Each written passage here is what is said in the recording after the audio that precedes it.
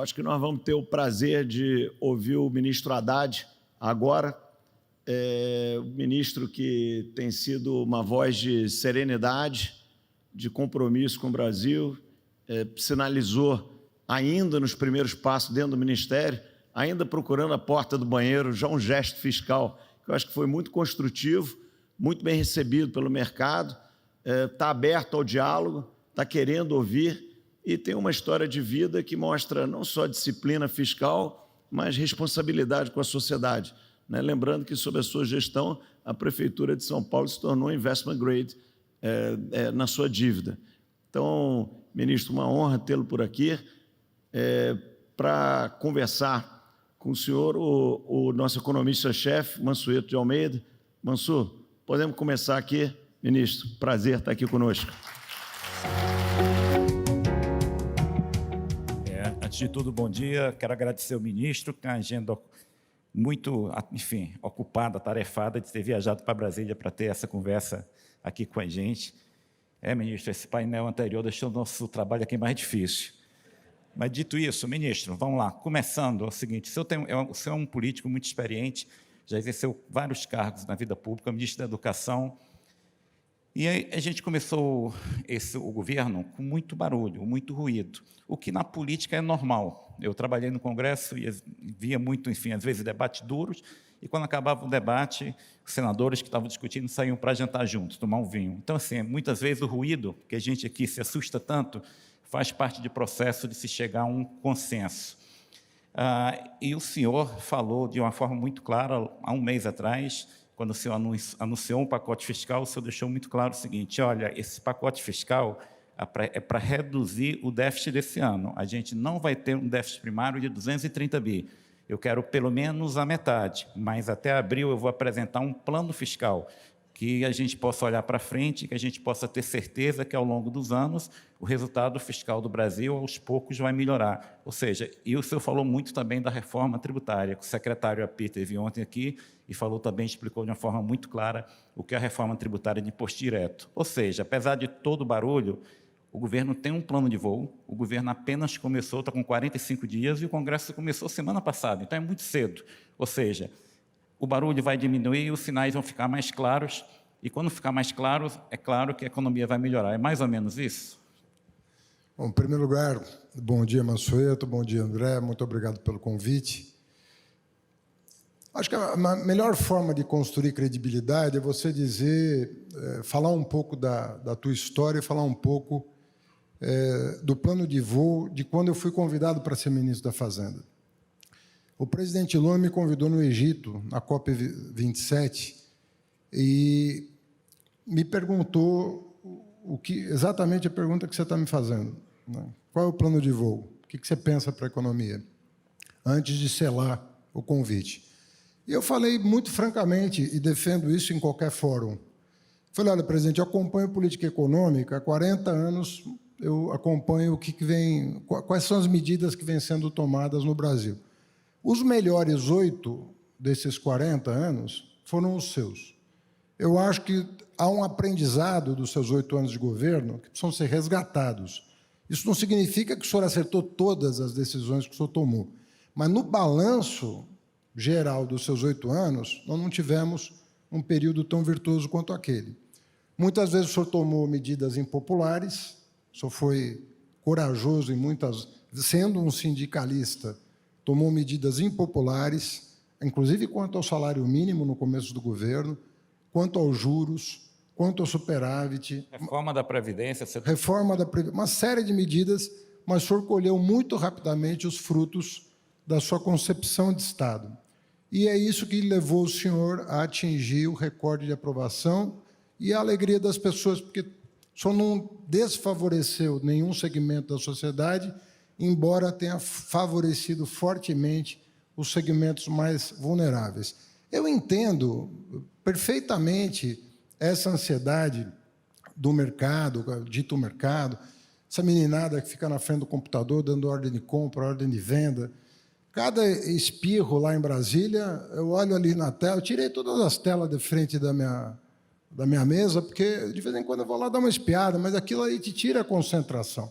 Vocês têm que fazer isso, mas Cada espirro lá gera uma enorme turbulência. Eu vejo o dólar, vejo a bolsa, vejo o risco país. Tá? E eu falo, olha, isso tudo vai se dissipar. Eu usei uma imagem para falar com o presidente Lula. Eu falei, presidente, nós vamos ter que ter um pouco de sangue frio, pelo seguinte, o senhor vai começar a andar numa corda bamba a partir do dia 1º de janeiro. Na verdade, começou antes de 1º de janeiro.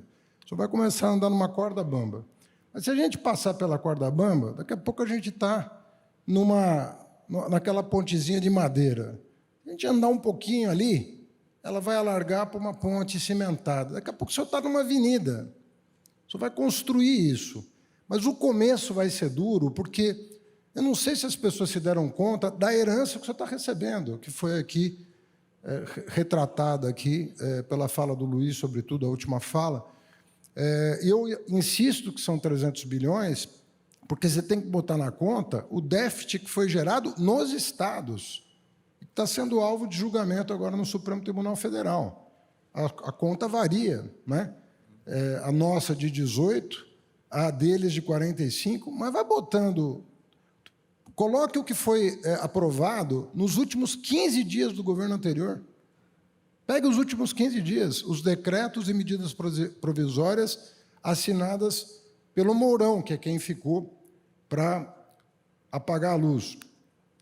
20 bilhões de renúncia fiscal nos 15 últimos dias do governo anterior.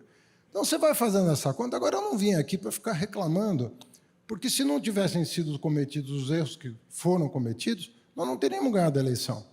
Então, ganhamos sabendo do que estávamos herdando e vamos enfrentar. Eu acho que a cada semana, porque tem muita melancia fora do lugar no caminhão, né? Mas daí o caminhão vai andando, as pessoas vão se acomodando, muita gente querendo ajudar, mas daqui a pouco as coisas vão se normalizando e a gente vai anunciando as medidas e vai ficando tudo mais claro. Uma coisa importante, enfim, num país como o Brasil, que tem tantos partidos políticos, que grande parte das reformas passa pelo Congresso, é um bom diálogo político. Tradicionalmente, o presidente Lula é naturalmente um político muito hábil, consegue conversar com um grupo muito grande, enfim, de pessoas com visões diferentes. O que a gente chama do Lula pragmático, da experiência de 8 anos de governo. E a gente está vendo, por parte do Congresso, ontem o presidente Rogério Pacheco esteve aqui, hoje vem o Arthur Lira, o presidente da Câmara, mas todos dando sinalização de muito apoio ao governo na parte de reformas. O diálogo com o Congresso está bom? Começou bom? Eu acredito que sim. Quer dizer, nós vamos testar as primeiras votações agora, né? O que foi editado em janeiro começa a contar prazo às medidas provisórias no início do ano legislativo. Vamos ver. Eu estou confiante que eu tenho ouvido dos 2 presidentes da Câmara e do Senado gestos de boa vontade. Você veja esse caso do CARF, que foi um caso que tomou um relevo enorme. É curioso isso. Talvez seja emblemático contar um pouquinho, né? Não existe nenhum lugar do mundo, um órgão paritário para julgar litígio administrativo. Menos ainda com voto de qualidade a favor do contribuinte, menos ainda proibindo a Fazenda Nacional de recorrer ao judiciário. Quer dizer, é uma excrescência que não existe em lugar nenhum do mundo. A gente estava com... Uma equipe minha estava na OCDE, discutindo com técnicos da OCDE, e os técnicos da OCDE que acompanharam o debate, porque nem sabiam disso, disseram, se vocês mantiverem a regra anterior, vocês vão ter dificuldade de entrar na OCDE, porque nenhuma multinacional vai querer investir num país com essa insegurança jurídica. E, na verdade, eu via o André falando sobre a reforma tributária. A reforma tributária é muito importante, não pelos efeitos imediatos que ela vai gerar. Ela é muito importante para dissipar os riscos fiscais jurídicos que nós estamos vivendo no Brasil. Eu não passo semana sem despachar no Supremo Tribunal Federal, nem sempre tratando de assuntos da União. Ontem eu fui tratar do DIFAL, dos estados. O comércio eletrônico, não sei se todos sabem, eles pactuaram, no âmbito dos estados, dividir o ICMS, metade no destino, metade na origem. O que fizeram acharam uma questiúncula lá na tramitação da PEC, da lei complementar, das leis estaduais, exigindo anterioridade numa coisa que já estava sendo cobrada. Resultado, o empresário cobrou o ICMS do consumidor, recolheu o ICMS, agora quer repetição de débito do recolhido, alegando a falta de anterioridade no dispositivo legal. Eu fui no Supremo pessoalmente, não tem nada a ver com a União. Eu fui defender a saúde fiscal dos estados, porque é parte do meu trabalho defender a saúde fiscal dos estados e municípios para que não descarrilhe o trem. Eu pergunto a você, qual foi o ministro da Fazenda que fez isso algum dia? É de defender pauta de estados. É pauta de Estado agora. Reforma tributária é para inibir risco fiscal, jurídico, que é grande hoje. Uma associação entrou aí com uma ação judicial cobrando, dizendo que a TR zerada prejudicava os poupadores e pedindo IPCA, mais não sei quanto. Fizemos a conta outro dia, 300 bilhões de reais. 300 bilhões de reais, 3% do PIB. Aí você faz o quê? Você deixa o Supremo julgar? Está cheio de advogado fazendo o seu trabalho lá dentro do Supremo, com centenas de advogados de cada escritório fazendo o seu trabalho. Eu criei uma junta, eu, a Simone Tebet e o advogado-geral da União. Por quê? Porque isso não é um assunto só jurídico. Se a gente começar a tomar decisões como essa, nós vamos estourar o problema fiscal. E aí, esse trabalho de formiguinha ele não é visto, ele não é acompanhado. Então, infelizmente, você só vê o resultado final, você não vê o processo, você não vê a dedicação, você não vê o compromisso. Mas eu digo a você com toda sinceridade, eu nunca vi 2 meses tão intensos 2 meses, eu digo, porque o governo começou antes da posse. Nós começamos a trabalhar antes da posse, inclusive no Congresso Nacional. O governo anterior só fechou LRF com a PEC da transição. Não conseguiria fechar as contas do ano passado, se não fosse a PEC da transição. Essas coisas não são ditas. Agora, 40 dias passados, 45, a gente começa a apresentar para a sociedade a realidade dos fatos e as ações necessárias para a correção de rota. E o plano de voo. E o plano de voo. Fica mais claro. Só elogiar um ponto que o senhor falou que é muito importante, da questão do CARF. Que o senhor tinha assim, olha, eu tenho um diagnóstico que isso é exclusivo do Brasil, como o CARF funciona, sem direito, inclusive, a União recorrer na Justiça, sem voto de qualidade, etc. Mas deu, enfim, vamos lá, visões diferentes quando foi apresentada a medida, e o senhor corretamente sentou com o Congresso e houve uma negociação, uma busca de meio termo, que isso é uma das coisas muito positivas de quem tem experiência política, sempre a busca de um meio termo para se aprovar reformas importantes. Essa sua experiência política, que é muito importante, o ministro da Fazenda, por natureza, tem que ser calmo. Ajuda. Eu tenho uma experiência do senhor antiga, como ministro da Educação, que o senhor corretamente abriu um diálogo com associações empresariais, que o senhor queria, enfim, ter algum padrão de qualidade no uso do dinheiro do Sistema S para fins educacionais. E eu me lembro naquela época que as associações empresariais não queriam conversar. E o senhor falou, gente, eu quero debater como melhorar. O senhor contratou a Fundação Getúlio Vargas para fazer a intermediação. E, no final, foi um sucesso. Essa calma, essa habilidade política vai ser fundamental agora. É isso mesmo? Quer dizer, o senhor vê assim como uma espécie de acalmar todo mundo, explicar para o PT, explicar para outros partidos políticos a necessidade de reformas importantes para a gente reduzir pobreza, desigualdade e crescer? Olha, eu acho que esse país nunca precisou tanto de calma, porque é o que está nos atrapalhando, é a ansiedade. O Brasil está numa situação favorável do ponto de vista geopolítico, do ponto de vista econômico. Se nós tomarmos as medidas necessárias para corrigir o estrago que foi feito, nós vamos conseguir. Está todo mundo de olho no Brasil. Olha, eu tive na COP27, eu tive em Davos, eu tive na CELAC, Argentina e Uruguai, eu tive agora em Washington com o presidente. É voz corrente que as pessoas estão de olho no Brasil. Você tem problema geopolítico na Europa com a Rússia, você tem problema geopolítico nos Estados Unidos com a China, você tem problemas em países importantes que estão em situação muito difícil. Por exemplo, Turquia, por exemplo, África do Sul. Você tem aqui no continente vizinhos complicados, Venezuela, Argentina, problemas econômicos graves, sociais graves. Você olha para o mapa mundi e olha para a nossa matriz energética, olha para o nosso potencial, olha para tudo, está no jeito para resolver.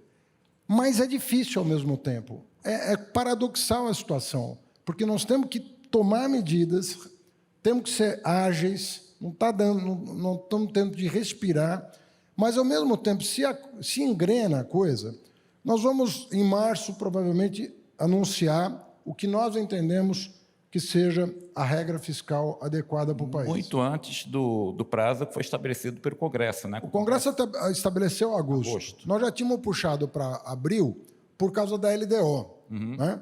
Mas daí a Simone ponderou, e com razão, o próprio Geraldo Alckmin também, que para mandar para o Congresso em abril, junto com a LDO, era bom a gente ter um período, né, de discussão, porque eu não tenho a pretensão de ser o dono da verdade. Né? Nós estamos estudando faz 2 meses regras fiscais do mundo inteiro, documentos de todos os organismos internacionais, nenhum país do mundo adota teto de gasto. E não é que não adota porque são mais rígidos, não adota porque você não consegue atingir. Em determinados países você não consegue. É aquela coisa que essas discussões que a gente faz. Regra fiscal, regra monetária, meta. Quanto mais você for exigente, eu sou a favor de metas exigentes, porque senão você não trabalha. Se você botar meta de inflação, meta fiscal não demandante, o Estado para de trabalhar. Então, tem que ser demandante, tem que ser rigoroso, tem que ser exigente, mas tem que ser... Assim, um ser humano tem que conseguir fazer aquilo. É isso que eu acho. Um ser humano consegue fazer o que você está pedindo? Consegue, então põe. Porque tem que ser um super-homem, tudo bem, mas é homem? Então bota lá o cara. É super-mulher. Mas quando você começa a projetar cenários irrealistas, você vai perdendo credibilidade, você vai perdendo interlocução, as pessoas não vão mais acreditar em você. Então, eu sou a favor de... O bom senso não é não ser exigente, porque, às vezes, as pessoas confundem uma coisa com a outra. Então, vai ser leniente. Não, existe o bom senso, que é o seguinte, olha, vamos pedir mais para a área econômica, vamos exigir mais do país, vamos exigir uma entrega maior, mais eficiência, mas vamos compreender, como disse os 3 aqui, panelistas, que você não vai fazer de 6 para 3. Agora, a forma... isso dito, tem formas e formas de endereçar esse assunto. Tem formas e formas de endereçar esse assunto. Do fiscal. O fiscal, o monetário, tem formas e formas de construir a narrativa, construir o consenso. Às vezes exige um pouco de paciência. Às vezes você tem que ir para o convencimento, você tem que ouvir mais gente. Você não pode imaginar que você tem a solução pronta, porque é aquela história, você não está falando de uma ciência exata, que se você tem certeza que o cálculo está feito, você vai lá e crava. Um físico, um engenheiro fazem isso. Mas o problema da economia é que, como se sabe há mais de 100 anos, é que você depende do que os outros pensam que vai acontecer. Né? É importante saber como é que os outros vão reagir àquilo que você considera absolutamente certo. Esse jogo de construção de narrativa, de harmonização das políticas fiscal e monetária, de harmonização do discurso do Estado com a sociedade, isso faz parte do trabalho do ministro da Fazenda. Não faz parte do trabalho de um economista, necessariamente. Tem grandes economistas que, talvez, no Ministério da Fazenda, aliás, como aconteceu inúmeras vezes, fracassam. Eu não lembro de nenhum prêmio Nobel de Economia ter sido convidado para o Tesouro Americano. A mulher foi, né? A mulher do Ackerman foi agora. Aliás, uma pessoa muito simpática. Mas por quê? Porque depende daquilo que você falou. Você precisa ter outros atributos para encaminhar a questão. Esse é o desafio, né, de você ter alguém que encaminha a solução, levando em consideração a boa técnica, a teoria mais avançada, que, como vocês viram aqui, está em crise. Você não tem hoje um paradigma teórico, olha, esse aqui é o que funciona. Você tem várias ocorrências desafiando os teóricos. Os grandes macroeconomistas do mundo estão eles próprios dizendo, olha, o nosso arcabouço teórico não está funcionando para a realidade atual. Outro recado do painel, sejamos humildes, sejamos mais humildes, vamos testando o terreno. Nós estamos num mundo novo, temos que testar o terreno. Você não se joga na piscina sem saber o que tem dentro. As águas estão turvas, vamos devagar, vamos tateando, com a rapidez necessária para o tamanho do problema, mas sabendo que você tem que ter humildade diante do objeto. Claro, ministro, um ponto importante é o seguinte, a ala econômica do governo, o senhor como ministro da Fazenda, a ex-senadora e agora a ministra Simone Tebet, ministra do Planejamento, o vice-presidente Alckmin, ministra do Comércio, a Esther Dweck, ministra da Gestão, mas todo mundo ali tem um trabalho muito importante, inclusive de ajudar a comunicação e a pauta da Fazenda. Então, por exemplo, o Brasil, para nosso nível de renda, é um país que gasta muito, o gasto do Brasil não é baixo. Mas, por outro lado, o impacto distributivo desse gasto é muito pequeno, é muito ineficiente. Então, tem muitos programas públicos, alguns são muito bons, como o Bolsa Família, precisa de uma correção, o ministro Wellington Dias já falou que será feita essa correção, e outros programas são muito ruins. Mas, para a gente saber exatamente o que não funciona, o que não é distributivo, a gente precisa de avaliação de políticas públicas. Daí o papel tão importante do planejamento em ajudar o redesenho do orçamento pela Fazenda, a combinar, olha, vamos colocar dinheiro mais nesse programa e menos nesse, porque um dos desafios do ajuste fiscal não tem muita mágica, é arrecadar ou gastar menos. Mas a gente está num momento que a sociedade quer mais proteção, depois de uma pandemia. Então, o desafio é o seguinte, olha, vamos pelo menos dar mais proteção sem passar todo ano aumentando o gasto. Por isso que a avaliação é tão importante. Essa dobradinha do senhor com a ministra Simone Tebet vai ser muito importante. É isso mesmo? Olha, lá no planejamento foi criada uma secretaria, né, de monitoramento e avaliação de políticas públicas. Foi convidado o Sérgio Firpo para ocupar essa secretaria. Para quem não conhece, talvez esteja entre os 3 melhores microeconometristas do país, um nome internacional que tem, você sabe muito bem, que tem cadeira, tem assento em revistas indexadas de ponta e que se dispôs a colaborar com o Estado brasileiro. Deixou o INSPER para ir colaborar com o Estado brasileiro. Pode dar uma enorme contribuição, porque não é verdade que melhorar a qualidade do gasto tem impacto macroeconômico. Esse caso que você falou do Bolsa Família é importante. Nós, com 0,5% do PIB, acabamos com a fome entre 2003 e 2010. Acabou. Ninguém mais ouvia falar. Você não via criança na sinaleira, no sinal de trânsito. Não tinha mais. Hoje você está com 1,7% do PIB e não consegue resolver o problema. Então, são desarranjos, mudaram completamente o foco do programa. E aí, aquele atropelo, né? Vamos resolver o problema eleitoral. No Brasil, eu acho que assim, o estadista, que estavam falando, precisamos de estadista, né? Uma boa maneira de ver se o sujeito tem esse perfil é saber como é que ele perde. Quando ele perde uma eleição, o que ele faz? Ou quando ele vai perder uma eleição? Aí você reconhece essa figura que todos nós estamos procurando.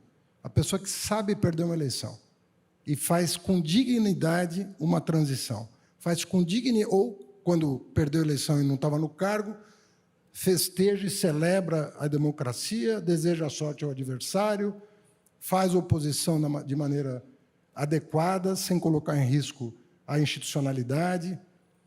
Esse é um belo critério para definir quem é quem, né? E é muito fácil pensar nas grandes personalidades do Brasil e saber quem se portou da maneira adequada e quem não. É um viés importante. Quem sabe perder numa democracia? Esse é o estadista. Inclusive, a gente tem que aprender a discordar de uma forma educada, né? Porque uma das coisas mais bonitas da política é essa questão de você discordar até chegar a um consenso. Mas, nos últimos anos, a gente teve tanta polarização no Brasil e no resto do mundo que, no debate, alguma discordância se torna uma questão de amigos e inimigos. Assim, olha, Você está discordando, então você é meu inimigo. Eu acho assim, a gente tem que voltar à tradição política antiga de discordar para chegar ao melhor. Tem essa abordagem do governo, assim, a gente vai voltar àquele Brasil antigo, que a gente discordava, mas podia conversar, dialogar, porque isso é muito importante para o avanço da agenda econômica, para o avanço da agenda social e de reformas tão difíceis que nós teremos que fazer no Congresso. Que eu costumo dizer o seguinte, olha, todo mundo é a favor da reforma tributária até que se apresente alguma proposta. Então, assim, é isso mesmo, quer dizer, essa questão de diálogo, isso vai melhorar, assim, olha, a gente saiu de uma eleição, muita polarização, então está todo mundo ainda muito nervoso, mas as coisas vão se acalmar. O diálogo institucional está muito bom entre o executivo, o judiciário e o legislativo. Então, quando eu olho para frente, eu confesso que eu fico mais esperançoso. Olha, sempre quando você parte de princípios, eu acho que fica mais fácil aprovar qualquer coisa. Sabe, o que você falou, quando eu apresento a reforma tributária, todo mundo é a favor da reforma em tese, na prática, quando se apresenta o texto, né?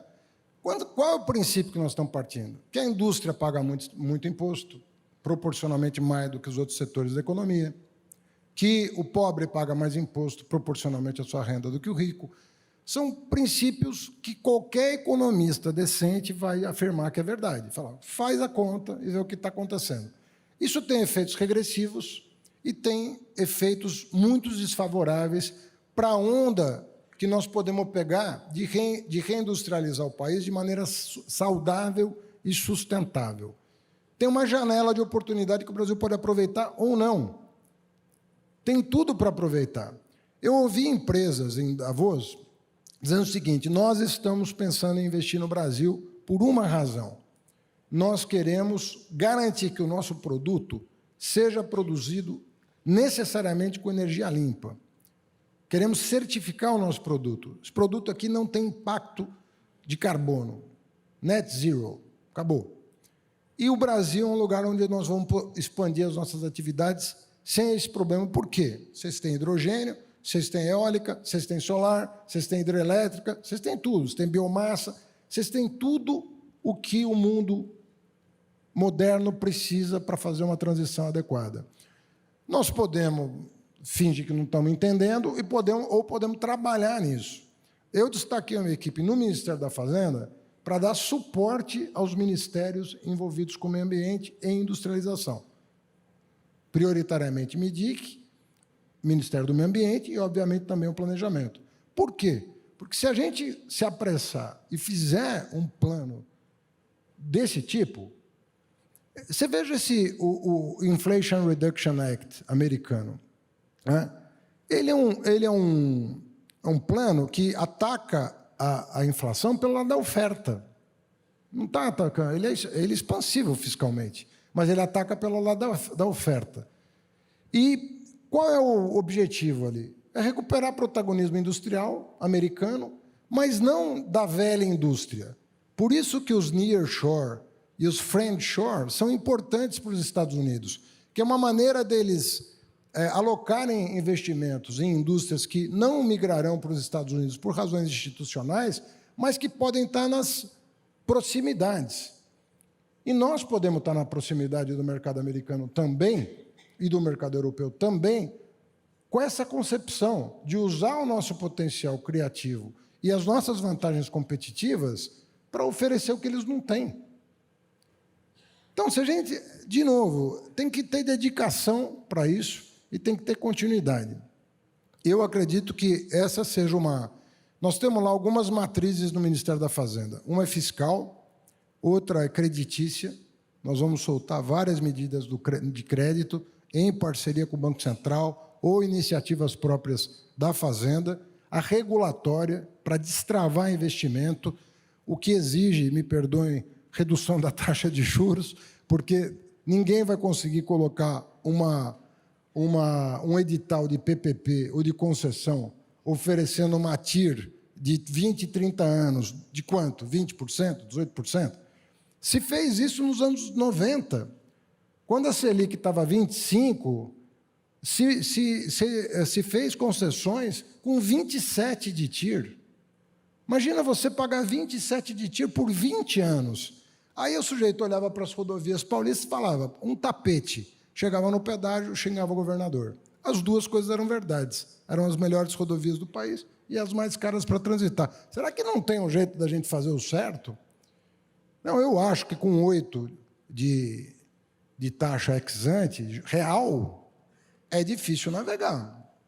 É difícil navegar. Eu nem sei se o problema é melhor chamar atenção, na minha opinião, é melhor chamar atenção para isso do que para a meta. Porque está todo mundo com meta de 3, sabendo que não vai atingir. Ninguém cumpriu meta no mundo. Ninguém cumpriu meta. Pega 2022, todos os países com meta de inflação, ninguém cumpriu. Quem mais se aproximou fomos nós. Porque socamos a taxa de juros lá para lá. Né? Quem mais se aproximou fomos nós. Mas é um custo enorme e diante de uma enorme responsabilidade que foi cometida no ano passado, sabe, de querer reverter um quadro eleitoral com o PEC, gastando no meio do ano. Agora, tem um plano de voo muito claro nessa questão fiscal e monetária, que é o seguinte, olha, o governo apresenta qual é a estratégia fiscal, o ajuste fiscal é gradual, inclusive num país que já tem carga tributária alta e grande parte da despesa é obrigatória, porque nós, como sociedade, decidimos que assim fosse.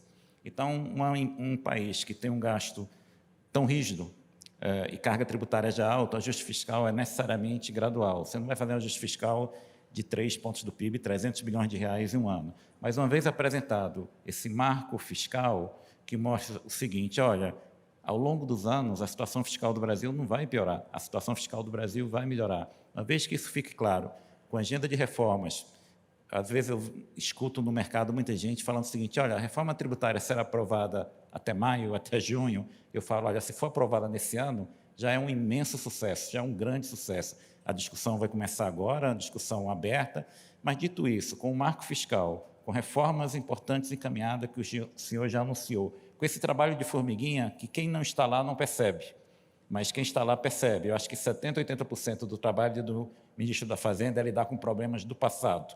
Isso é muito duro. Mas, uma vez que se faça isso, a gente vai abrir o espaço para corte de juros. Porque o que a gente vê de cenário de mercado, depois da eleição, ali em novembro, dezembro, era um cenário que o mercado estava discutindo se o Banco Central iria antecipar o corte de juros para maio e junho, porque os dados de inflação de curto prazo estavam melhorando. Mas, no meio desse barulho político todo, que é normal ao início de governo, a expectativa de inflação para 24, 25 começou a crescer. Quando você faz projeção, qual é o déficit fiscal para o próximo ano? Você encontra gente falando, vai ser 100 bilhões. Aí um fala, não, vai ser 180 bilhões. Outro fala, não, vai ser 230 bilhões. Nesse momento, falar de projeção fiscal para o próximo ano é uma atividade muito difícil, porque você não tem parâmetros. Daqui a 2, 3 meses, possivelmente a gente consiga ver como será o fiscal no próximo ano. Mas, uma vez que se tenha isso, eventualmente a gente vai criar esse espaço para corte de juros. Ontem o presidente do Banco Central esteve aqui e ele deixou um recado muito claro. Eu acho que ele próprio é incomodado com os juros, ele é incomodado com a inflação, mas ele falou assim, olha, a gente tem que dar, sim, o benefício da dúvida para um governo que começou há 45 dias e que o Ministério da Economia, o ministro Haddad, vem dando claramente a mensagem correta, que é a mensagem de um país que vai continuar reformas e que vai ter uma estratégia fiscal, uma nova âncora fiscal. E não existe âncora fiscal certa nem errada, porque a natureza do ajuste fiscal é, por natureza, um debate político, porque envolve você mexer em despesa e receita. Nenhum manual de economia vai falar o que é certo e errado. É, por natureza, um debate político, mas o que é importante é sinalizar para a sociedade que, olha, da mesma forma que aconteceu lá atrás, em vários governos estaduais do PT, Rui Costa, na Bahia, Wellington Dias, no Piauí, Flávio Dino, no Maranhão, Camilo Santana, no Ceará, a gente vai olhar para frente e vai ver que as contas públicas não ficarão descontroladas, ao contrário, gradualmente vai melhorar. É mais ou menos isso que se quer construir? Eu acho assim, primeiro, nós estamos cuidando da questão dos estados. Que aí tem um acordo, uma conversa muito boa com o Supremo, né? Estamos cuidando. Pode consultar qualquer governador, tá, se ele tem ou não a entrada no Ministério da Fazenda para discutir. Eu te digo, com certeza, como nunca teve, em primeiro lugar. Segundo lugar, eu estou reonerando as barbaridades que foram cometidas e vou tomar essas decisões porque eu preparo o terreno para a reforma tributária. Toda vez que eu faço a revisão das despesas tributárias da União, eu estou concorrendo para melhorar o ambiente para a reforma tributária acontecer. Era só importante você explicar o que é despesa tributária, que talvez as pessoas não saibam. Despesa tributária são aqueles vários regimes especiais tributários que levam o governo a perder arrecadação. A gente chama de despesa tributária, e o país é campeão nisso. Esses regimes especiais de tributação aumentou muito, o que causa distorções, tanto do ponto de vista econômico de arrecadação, do ponto de vista de alocação de recursos e de justiça social. Exatamente. Isso aí é uma das maiores causas de distorção no país. Primeiro, fragiliza o Estado. Depois, você torna o executivo vulnerável. Porque todo mundo, às vezes o deputado está lá, ele está próximo do setor. Não é pecado ele estar próximo do setor, mas ele quer favorecer o setor. Aí vai uma medida provisória, quem sabe entra essa emenda aqui. E aí a coisa vai contando. A pessoa está de boa fé, não necessariamente está de má fé. Mas a pessoa, como você não tem um sistema tributário coerente, um Frankenstein com um parafuso a mais, ninguém vai notar um parafuso num Frankenstein. É isso que está acontecendo no Brasil. Você tem um monstrengo e você vai botando parafuso. Ninguém nota, ele não fica mais feio nem bonito.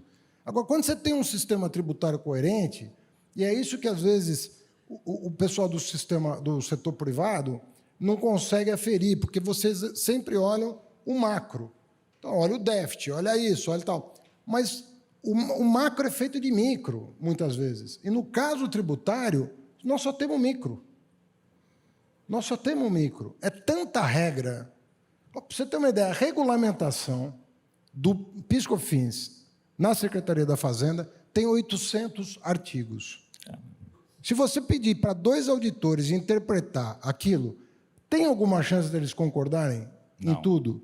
O que nós vamos fazer agora? Súmula. Nós vamos ter que fazer súmula para evitar litígio fiscal, litígio tributário. Então, nós vamos sumular, como faz o Supremo Tribunal Federal. Olha, o entendimento desse artigo aqui é esse, para todos os auditores. Nós estamos com 100 mil processos no CARF. 100 com 600 bi de pendência. E 100 mil com 600 bi de pendência. Essa nem o Pareto ia conseguir entender. Não tem limite a loucura que está acontecendo. Mas nós vamos corrigir. Saiu hoje por sinal, eu assino uma portaria regulamentando a Receita Federal para disciplinar a atuação do auditor fiscal. Nós não queremos auto de infração. O que eu vou fazer com auto de infração? Eu quero uma coisa bem feita, garantindo que a livre concorrência funcione no Brasil. Que um sonegador contumaz não leve vantagem sobre um cidadão que está ali, pagando os seus tributos de acordo com a lei. É isso que eu quero. E isso é bom para que talentos que tenham vocação ética se sustentem no mercado. Você elimina do mercado essa pessoa que está levando uma vantagem não pela competência, mas pela disfarçatez. Então, você vai construindo a coisa. E nós vamos tomar essas providências. A Receita e a PGFN vão ser muito estratégicas para nós, para a gente limpar esse passivo e dar um horizonte melhor de planejamento para o empresário brasileiro. Porque, no final, eventualmente, a União pode até arrecadar um pouco mais, porque vai consertar essas regras, esses regimes especiais tributários, que muitos dos quais não fazem sentido, sem ter que aumentar a carga tributária. É isso mesmo? É isso, e eu vou te dizer uma coisa. A Receita de janeiro fechou em pouco mais de 19 bilhões acima do previsto. 6 dos 19 é dividendo da Petrobras, que era para ter sido distribuído em dezembro. Então, tira da conta. Deu 13 a mais. Se nós não tivermos um efeito deletério, né? Por isso que eu falo, ou o monetário conversa com o fiscal e o fiscal com o monetário, ou nós não vamos chegar onde a gente quer. Nós não vamos. Se não tiver, se os efeitos deletérios desses 8% real não se fizerem sentir fortemente esse ano, coisa que eu duvido, nós estamos aí com uma projeção, fora CARF, fora o que eu reonerei, fora tudo que eu estou falando, fora combustíveis, que a decisão vai ser tomada este mês, fora tudo isso, nós estamos com um déficit menor que 1%.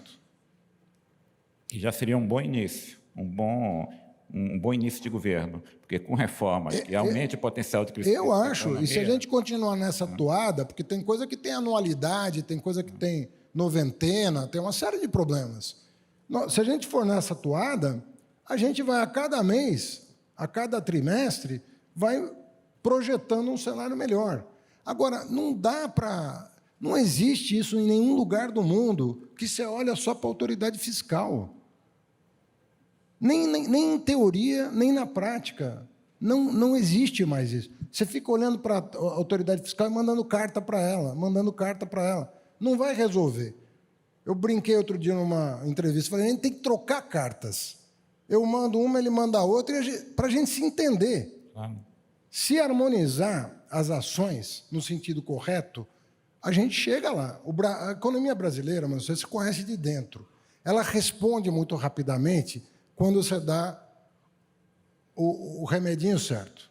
Ela responde. Ela tem pujança, ela tem vigor. E as pessoas estão interessadas. Onde elas vão investir? Onde esse dinheiro todo que está circulando vai para onde? Nós somos candidatos. Nós somos um bom candidato, um forte candidato no mundo atual. E a gente fica... Eu estou muito preocupado com a questão da desaceleração, né, da economia global. Eu concordo com essas preocupações. Quando você olha as trajetórias, você fica olhando, você fala, pô, onde é que isso vai dar? Desde 2008, que está acontecendo um troço estranho. A gente não resolveu aquela crise e já tem mais duas, uma em cima da outra. Mas se você pegar trajetórias longas, você vai ver o seguinte, se é verdade que países entram em recessão, entram em expansão, o mundo, você pegar o PIB mundial, pô, no ciclo, os últimos 2 ciclos, no ciclo alto, cresceu 2,5%, no ciclo baixo, cresceu 1,9%. Então, não é tão grande o gap entre quando o mundo está crescendo e quando o mundo está retraindo. Só que, quando você pega uma economia nacional, o mundo está crescendo 2,5%, ela pode estar crescendo 4%, pode estar crescendo 5%, ou pode estar em recessão. Nós estamos num momento que, se a gente aproveitar a janela, independentemente, né, obviamente que se o mundo expandir, tanto melhor, mas nós podemos ter uma performance melhor que a média mundial. Esse tem que ser o objetivo do Brasil. E num contexto que é o seguinte, a gente olha, vários países estão com problemas sociais muito grandes, a França, que está tentando fazer uma reforma da Previdência, risco de greve geral. Quando a gente olha para o Brasil hoje, o senhor falou, olha, em energia, eu tenho um cenário de crescimento da energia nova, energia renovável. Eu tenho um cenário de crescimento da energia antiga, o petróleo, a produção de petróleo no Brasil, dado o investimento que a gente fez no pré-sal durante 12 anos, a curva de produção de petróleo do Brasil, nos próximos 10 anos, vai aumentar.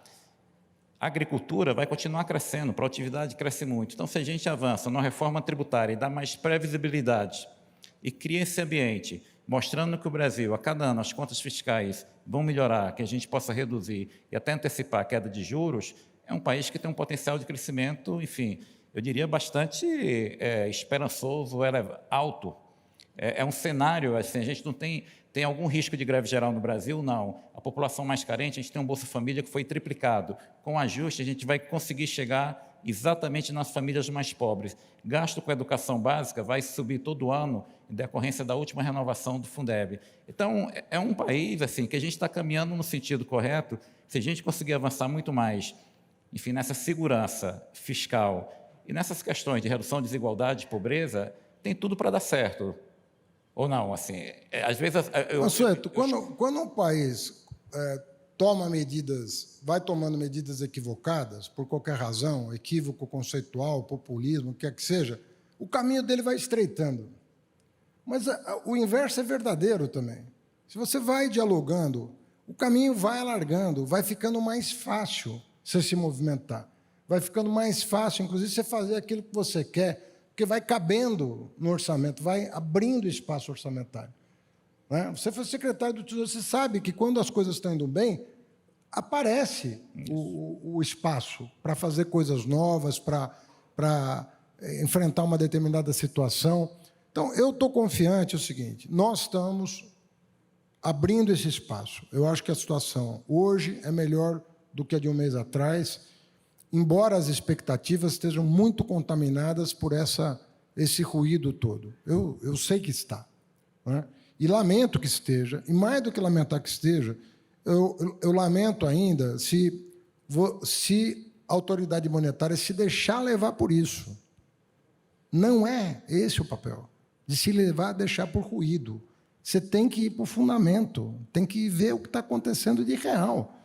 Você não pode tomar uma decisão com base na fantasia momentânea de um estresse que pode acontecer.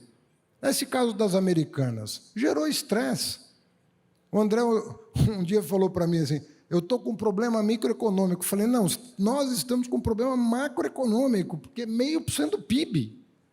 Pô, um cara que dá um tombo de 0,5% do PIB em 16 mil credores, e nós estamos aguardando até agora um pronunciamento.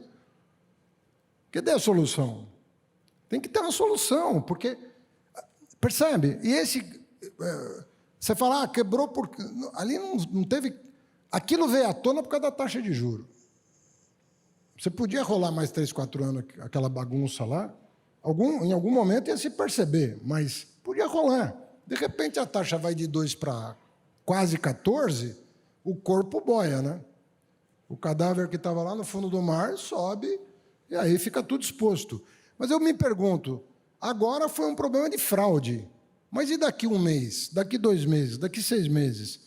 Será que aquele que se comportou bonitinho, né, pagou seus fornecedores, registrou suas dívidas, será que ele vai suportar isso?